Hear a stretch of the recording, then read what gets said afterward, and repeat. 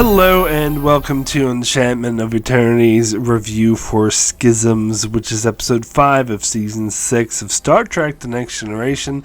This video is a part of a series of videos where I review episodes of Star Trek The Next Generation, one episode at a time. In this video, I cover the 6th season episode Schisms.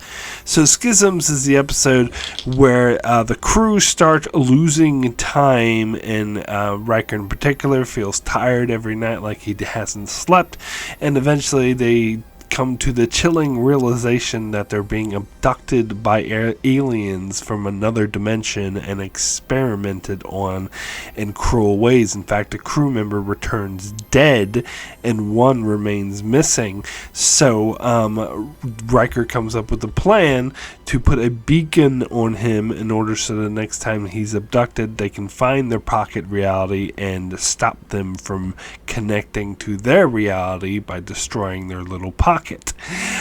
On top of that, their meddling in the Enterprise is going to create a hull breach that will destroy the ship in a few minutes. And so Picard has no time to wait for Riker return and starts destroying their pocket of reality right away before their little rift destroys the ship, and Riker manages to make it back with the missing crew member just in the nick of time. So, and of course they stop the breach and save the ship, obviously.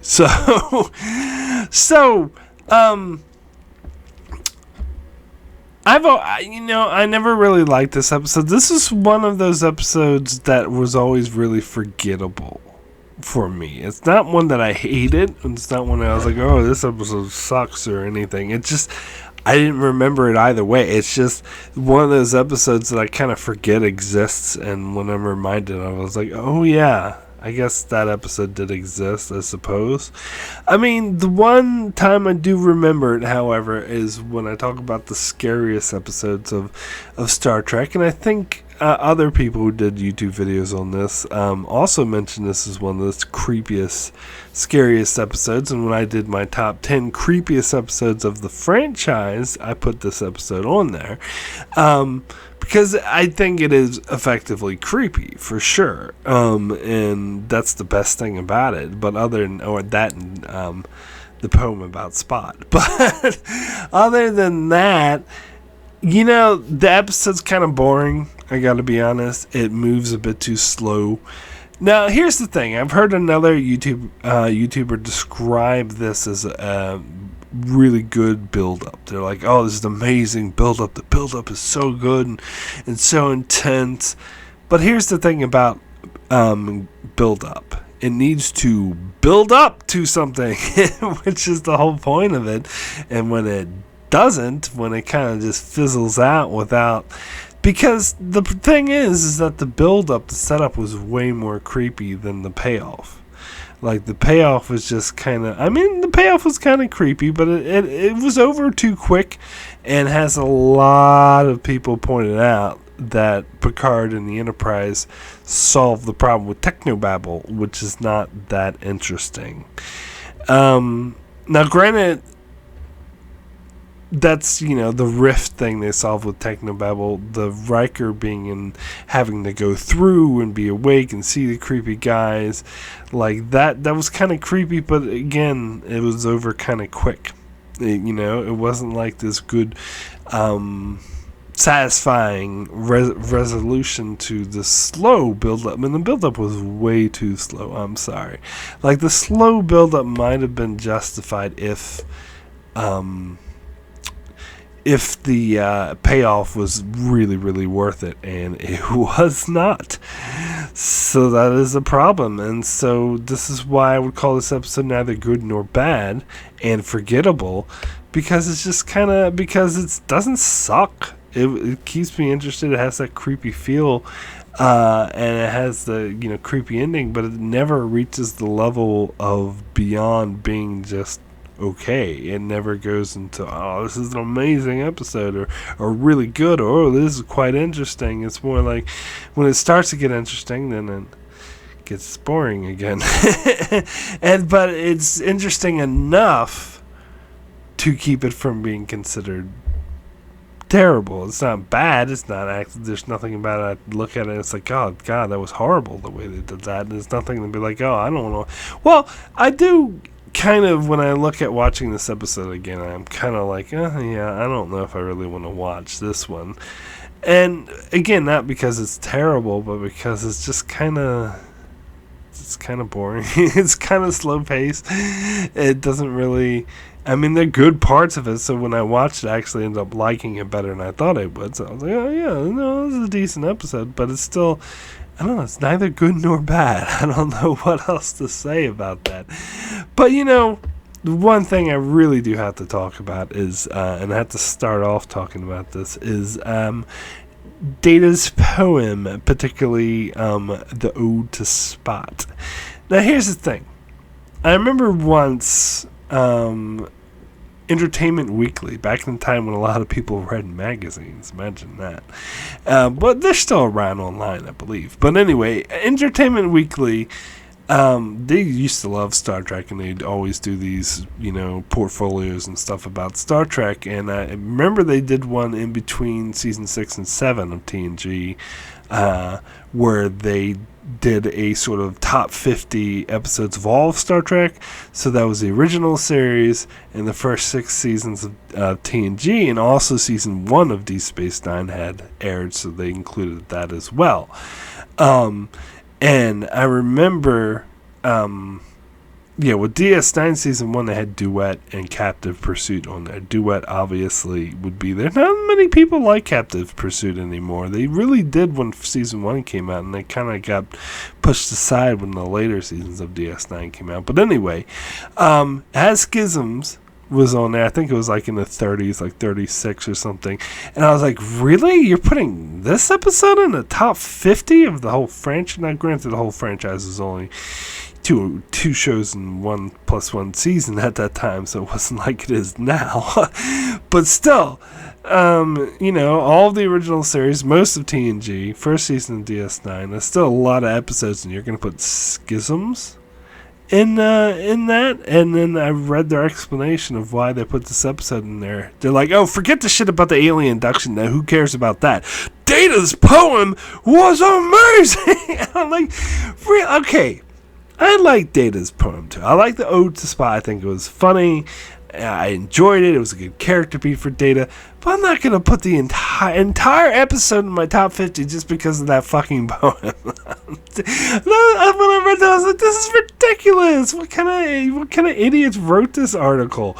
I mean, yeah, Data's poem is great and all, but you're not going to put an entire episode and disregard 95% of the episode and be like, no, this 5% is why it's at number 36. I'm like, no. Especially that 5% being Data's poem. I like his poem, but it's not going to make me want to put an episode it's in the top 10. But no, I like the poem. The poem itself, I think it's actually a pretty decent poem. Like, Data's previous poem I thought was okay too. But what do I know about poetry? Well, I will say, this did remind me of something completely a non-Star Trek based, but it was related to poetry.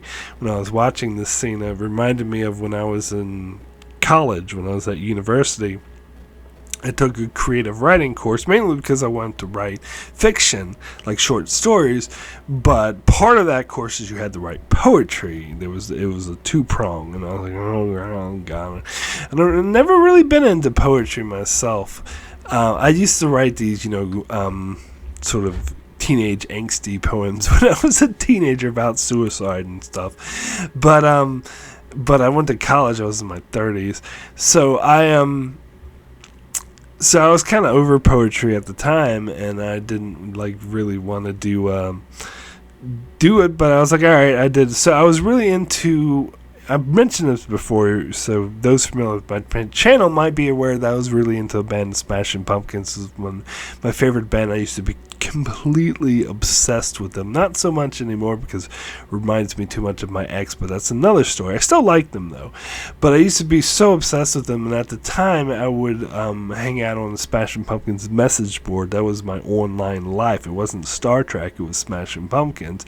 I think it was around after the divorce I switched from Pumpkins to Star Trek, which, you know, I've been into Star Trek since I was 13, as I said, but I was still into it at the time. I just wasn't as deep of a nerd as I am now with it, like going online, making YouTube videos and shit. But anyway, regardless, and this is before the days of YouTube anyway, but regardless, I spent my time on a Smashing Pumpkins message board and would analyze the lyrics and stuff. And if you're not familiar with their music, or if you're only familiar with their radio songs, most of their songs the lyrics are very abstract, extremely abstract. And Billy Corgan actually even wrote a poetry book that was really abstract, and I used to recommend poets, and people would put poetry on the message board, and so it was all very abstract poems. So I wrote this poem that was extremely abstract, and it was about a woman in a toxic relationship, and that she really needed to get out of, and finally making the tough decision to get out of that toxic relationship. And when I took it to the poetry class, or the class at a university, everyone's like, "What the hell is this about? This doesn't make any sense. Like, what does this mean?" Like, and even the teacher was like, "What does this mean? Why are you writing this? This doesn't make any sense whatsoever." And when I explained, "Oh, well, no, this means this, and then this, so this is what it's about," everyone's like, "Oh, well, why didn't you just say so? Like, why didn't you write a poem that actually? Why are you gonna? That's an important message. Why are you hiding it under all this metaphors, and too many metaphors that people I wouldn't have been able to guess in a billion years?" So I took that same poem, posted it to the Smashing Pumpkins poetry, to the message board in the poetry section, and instantly I got like 10-15 replies being like, "Oh, that's about an abusive relationship, really good." Like, they picked up on it right away. Oh man. So I realized, and the more I look back on that whole university course, or any of those creative writing courses I took, they weren't actually very good. They catered to a specific type of style, and I complained about it at the time, and the teacher was kind of a dick. He liked to complain about the students that complained, so I'm sure he complained about me complaining. But anyway, but it's true. Like, they were all about a specific type of style, and if you were outside that style, and I found that the style, for as far as short stories was the slice of life, which I've talked about before. I fucking hate that style. It's boring as fuck. So I didn't like that style, and so I didn't like that course, and it wasn't helpful for me at all. And the poetry, as I said, I'm into abstract poems, and they're like, "No, don't write abstract poems." So it's not that, "Oh, well, I was too lowbrow, and that's why people on the message board for a rock band liked it." And I know some people might say that, but they'd be wrong. The real explanation is that people just like different styles, and people who are into abstract poetry would recognize it immediately as, "Oh yes, I know what that means. It's a good poem." And it was a genre bias is basically it. But anyway, not that I was a perfect writer. I had a lot of mistakes with my writing, but I'm just saying that course didn't help me become a better writer. Anyway, so that's all, as I said. Neither here nor there. It doesn't really have anything to do with this episode. Well, it has to do with poetry, because I was thinking about Data reading his poetry, and it reminded me of that because, his poetry is not abstract, and quite the opposite. So my creative writing teachers would actually quite like Data's poetry. But it was interesting, and it's funny because when Data was asking for a critique and Jordy was very hesitant to give it, it kind of reminded me when I used to ask people for critiques, and they'd be like, "Oh," and they wouldn't hit me hard. But to be fair, I was very defensive, and which I realize is not a good thing to be. You got to be open to criticism, but then I think you also got to realize when not to take criticism. That's what I've learned from studying the real, professional writers, script writers and stuff, is sometimes you have to fight for your ideas, but sometimes you gotta accept when it needs work. And some people, I think, were too hung up on, you gotta listen to every single thing I said, otherwise you're being stubborn. And I'm like, no, sometimes I do. Sometimes I was like not taking the advice I should have taken, but other times, and I still look back at my work that I did, the short films I did and stuff like that, sometimes I was absolutely right, and I needed to fight for what I needed or what I wanted from the film. And that kind of reminded me when I learned about professional situation, when producers would come in and try to interfere and change shit. It was just like that. But anyway, I'm sorry, I'm getting off on a tangent again. Data's poetry just reminded me of this. So I thought, again, I'm no poetry expert, but I thought his poems were actually not that bad, especially the Spot one, because everyone loves the Spot one, like all the audience members. Like in Universe, everyone at the poetry reading was like, oh, when is this over? It's just, they don't have watches in the future, but still, they were all like staring at the walls. Picard had this goofy smile on his face. I think they were going for he was just like humoring Data, like very hard. And Troy, actually, she was being really nice. But I was like, his poetry is not that bad, especially the poem about his cat. I mean, any cat lover's gotta fucking love that. I mean, it's clever. I mean, someone online and wrote posted a poem like that in the cat lovers website. Everyone would love it. But they might, wonder why they're talking so scientifically, technically, but with Data, why. And I actually think that was very cute and clever that, that Data would talk like that, and uses Data, his big technical speak, and Felis Catus and all that kind of thing. It was brilliant. Not worth putting this number fucking 36 just because that one goddamn scene. But here's my other point about not just this scene, but also the follow-up scene when Geordi's talking about his poetry. They really have nothing to do with anything.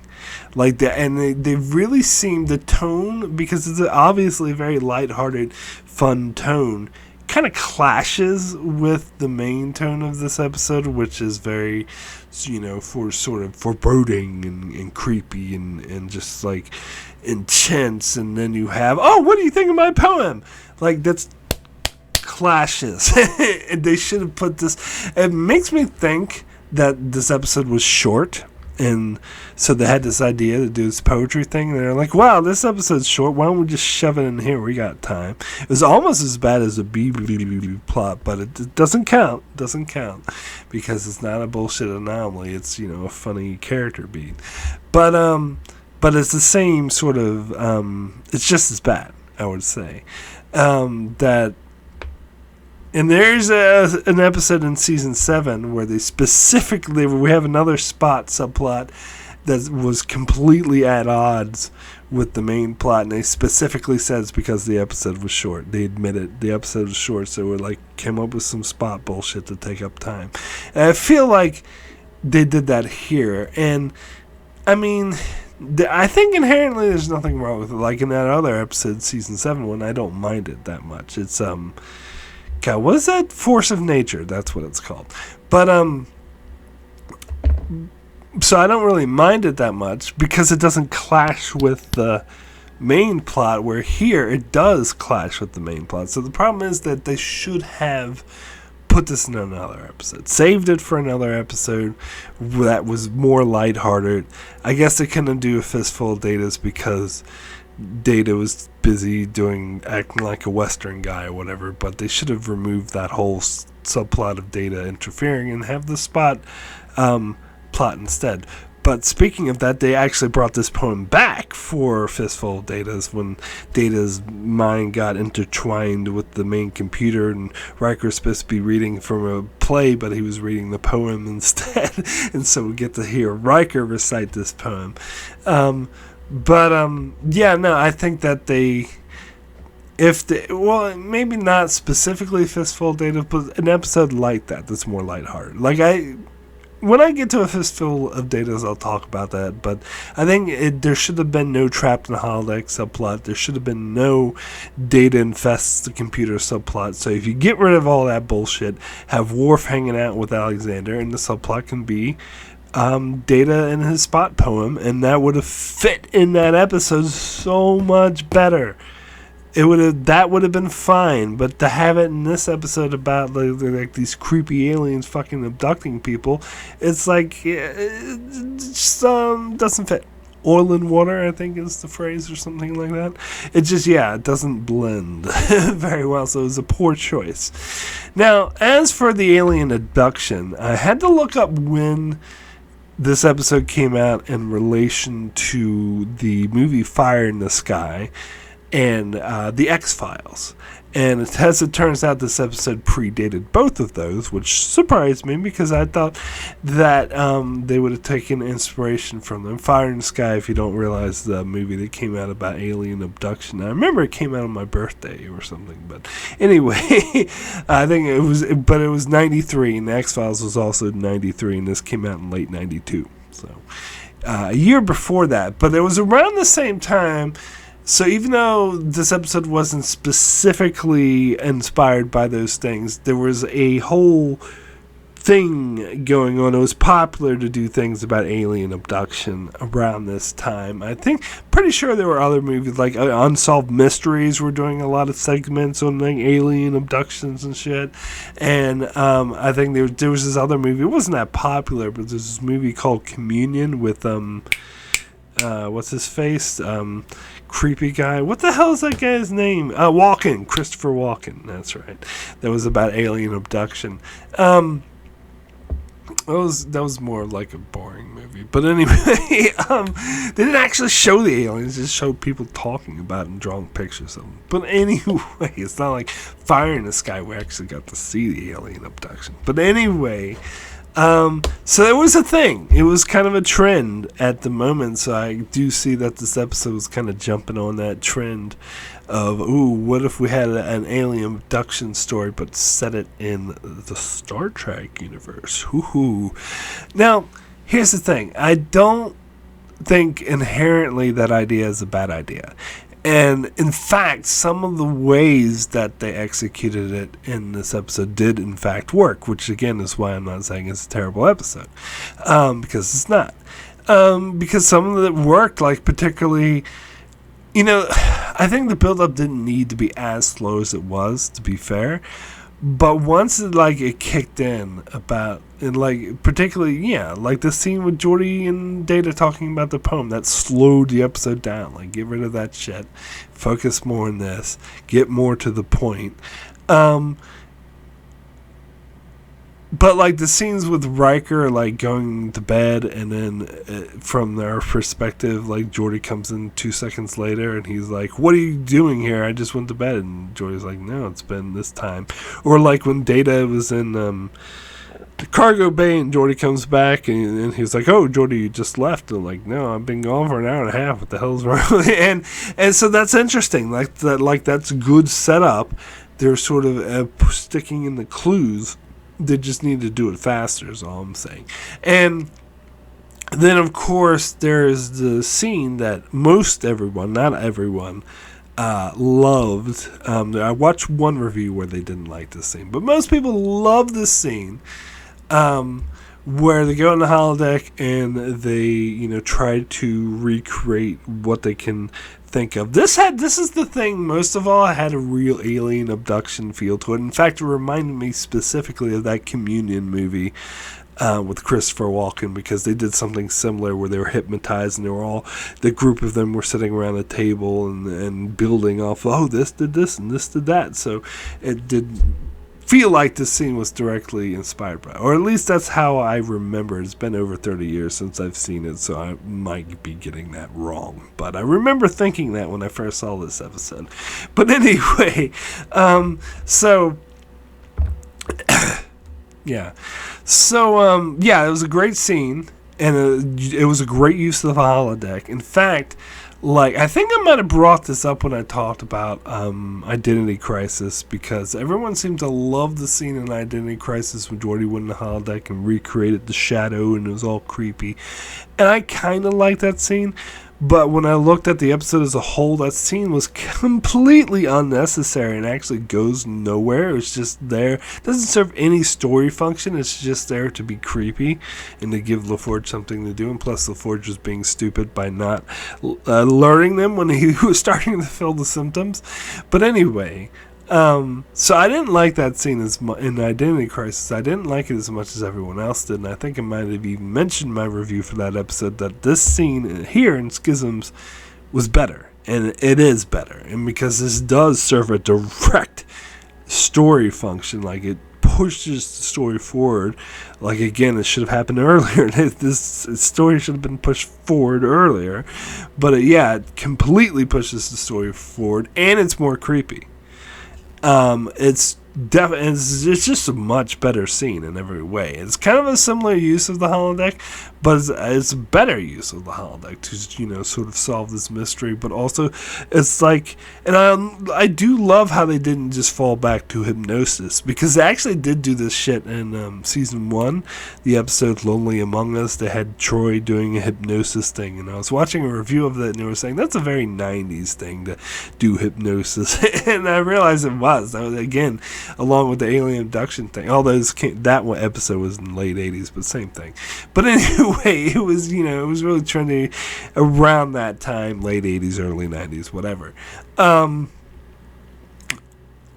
so I love that they didn't do that, and by using the holodeck and everyone's like building up their memories, like, that was really good. It was really intense, and it was really fucking creepy.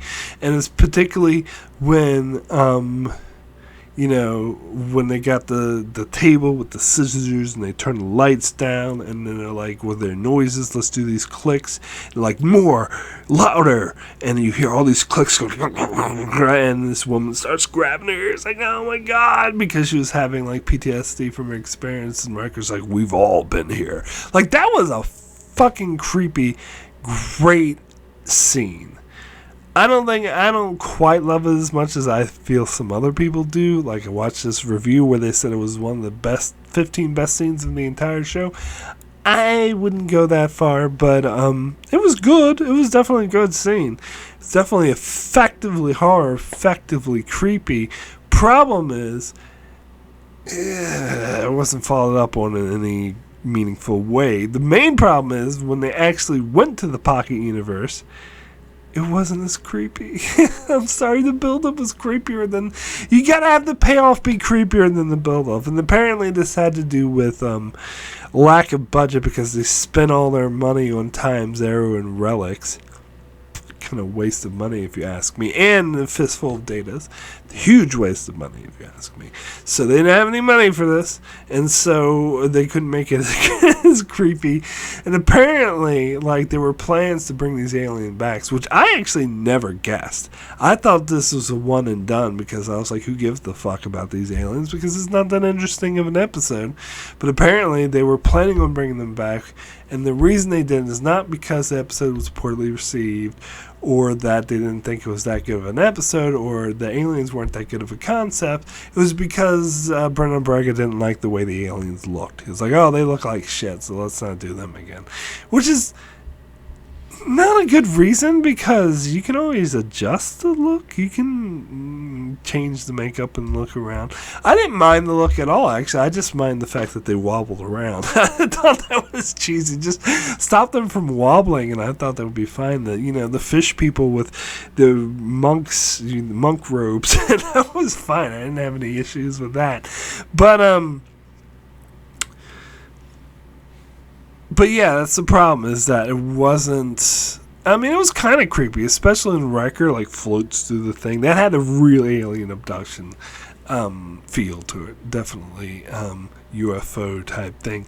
But yeah, that definitely reminded me of the X-Files. But of course, this came first, to be fair. But it was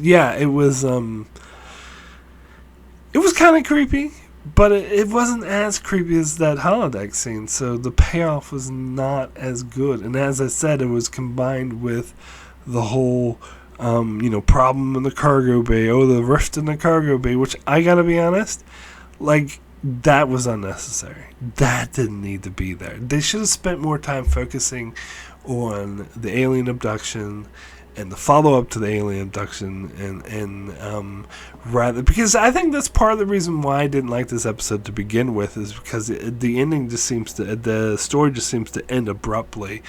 Like, they don't really explain who the aliens are exactly, or what they're doing, or why they're there, or have any meaningful interactions between the Enterprise crew and them. And so I've made me have this feeling of what is really the point.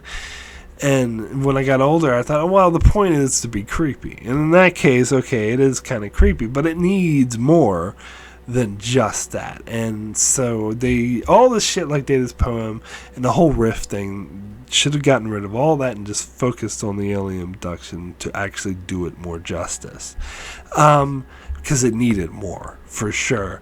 Because the alien rift thing was like, the Enterprise is at danger. The reason why it's there is to create a ticking clock. So, we have this amount of time before the Enterprise blows up, so Riker better hurry up and get back. Yeah, why are they going to destroy the Enterprise? Even if it's by accident, they should realize that they're going to do it. So why are they going to destroy the Enterprise if they're using it to abduct people and study? That seems to defeat their purposes. Like, it seems they would want the Enterprise to stick around, so why are they having this funky rift in the cargo bay? And by the way, when that rift turned into a beam of light and started bouncing around the cargo bay, it went past one of those barrels and it wobbled and almost knocked it over, and goddamn, someone's gonna break their damn spine again. Good thing Worf wasn't there. Secure your goddamn barrels! Stop having your barrels be all loose and fall on people and break their spine. We're more safety first now than in the fucking 24th century with all this futuristic technology. But anyway, sorry. Can't get over that barrel bullshit. But, getting back to the holodeck scene where you have Troy, and this is a really good use of Troy, by the way, and it's one of the best uses of it because this is exactly the kind of thing she should be doing, and I think she does a good job at it. But you got Troy with Riker, Geordi, Worf, and random lady. Now here's the thing, I will say, I've watched a bunch of reviews, as I normally do, and everyone's picking on this random lady. Leave her alone, god damn it, she's fine. Everyone's like, who the hell is she? Why is she here? Why is she speaking up? She's a terrible actress. What is she doing here? What's the whole point of her? I'm like, there's fucking other people on the Enterprise that exist, not just our main 7 characters, so give someone else some fucking screen time. Jeez. And I don't think she was a bad actor. I thought she was fine. In fact, as I said, that scene at the end when they're doing the clucking noise and she starts freaking out, I thought that was effective. That was a good job. I didn't think there was anything wrong with her. Everyone just needs to leave her the fuck alone. That's all I'm saying. But anyway, and I like how they had a random person who wasn't just a red shirt, and she didn't die. They had that other red shirt who died, but he was just in the one scene where he died, so that's fine. So, and also they had her. She was also at Data's poetry reading, so she was in the know. She was friends enough with them to go to Data's poetry reading. So leave her alone, god damn it. Anyway, but also they used Ensign Rager. I talked about her before. In my original review for Relics, I said that was the first episode she appeared in, which is actually not true, because she appeared in 2 episodes of the 4th season, and only 2 episodes of the 6th season. That's it. So she was only in 4 episodes, which surprised me because I thought I remember her being in a lot more episodes. But she was in Night Terrors, and I remember her like not being out of it and not being able to operate the helm because of the lack of REM sleep. And it's funny because I thought it was this episode when she was out of it because the aliens were fucking with her, but I actually got them mixed. They're actually similar episodes. They're both like these creepy horror episodes. But usually, in the other 3 episodes, she's just the person who sits at the helm and says, "Aye, sir."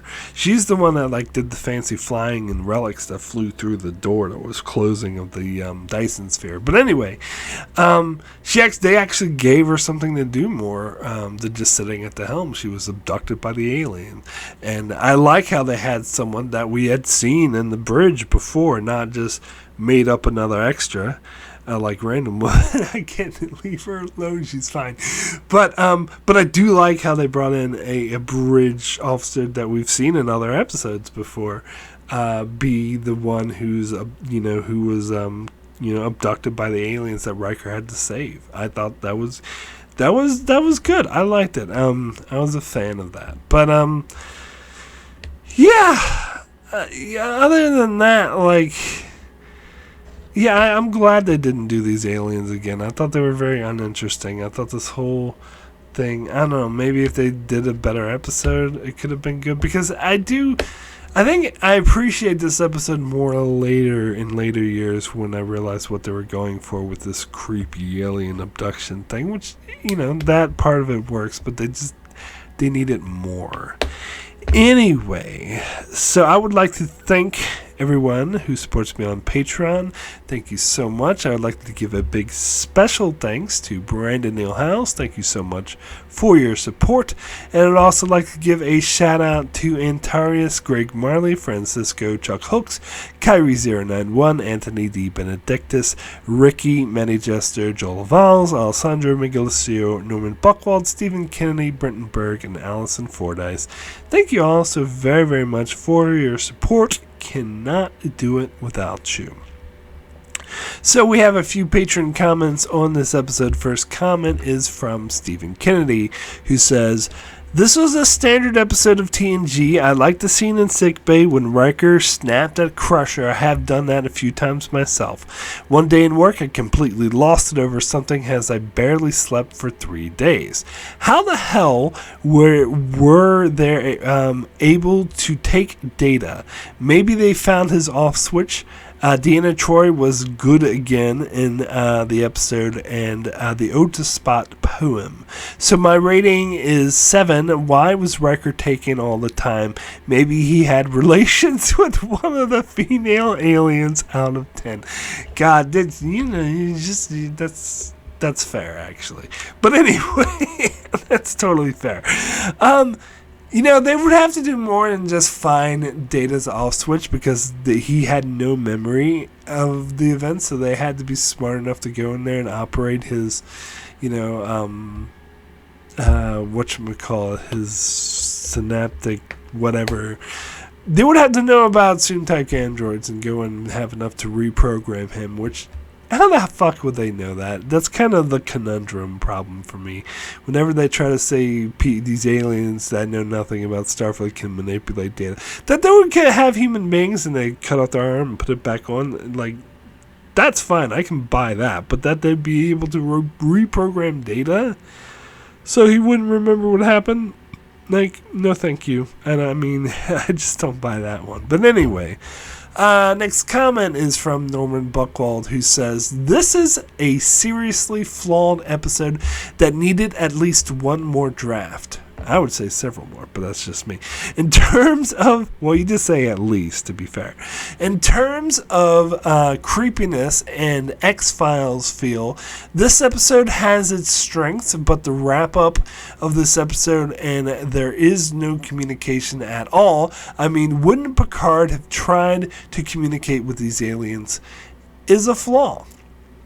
Although, if compared to the articulate villains in Voyager's scientific method, which is slightly superior episode, it's not as eerie and offbeat as Schisms.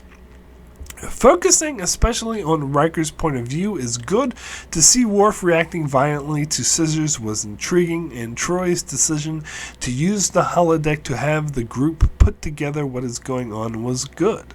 Of course, Data's legendary Ode to Spot poem needs to have some focus here, which I'll give the writers credit, as Data does write a technically good poem in terms of intent of classical poem, but doesn't really say anything outside of maybe being unintentionally witty of his cat Spot, and how it comes across, yes, becomes a bad poem.